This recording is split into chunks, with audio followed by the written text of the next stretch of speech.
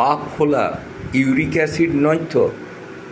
হঠাৎ এক ভদ্রলোক চেম্বারে এসে বললেন, দাদা আমার ডান দিকের পাটা ফুলে গেছে, অস্থিসন্ধিগুলোর অসহ্য যন্ত্রণা হচ্ছে এবং মনে হচ্ছে যেন ভেতরে যেন কিছু একটা প্রচণ্ডতম ব্যথা এবং পরপর যেন গাঁটগুলো আমার ফিক্সড হয়ে যাচ্ছে এবং সেগুলোর মুভেবিলিটি কমে যাচ্ছে।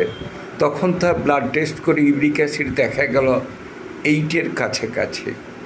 তখন তাকে ডায়াগনোসিস করা হলো আপনি রসপাতে ভুগছেন। তাকে বারণ করা হলো মুসুর ডাল, বড় মাছ, মাছের ডিম, ছাগল মাংস, গুগলি, কাংড়ি, শামুক, ঝিনুক, কাঁকড়া, লালপেলে জিনিস, কেটে শাক, পুঁই শাক, ঢেঁড়স, কচু ইত্যাদি না খাওয়া, খেজুর, পাতি লেবু, এঁচড়, কাঁঠাল না খাওয়া এবং ঠান্ডা জলে চান না করে গরম জলে চান করা। ডাক্তার দেখানো, ওষুধ খাওয়া, ভালো থাকা যাবে।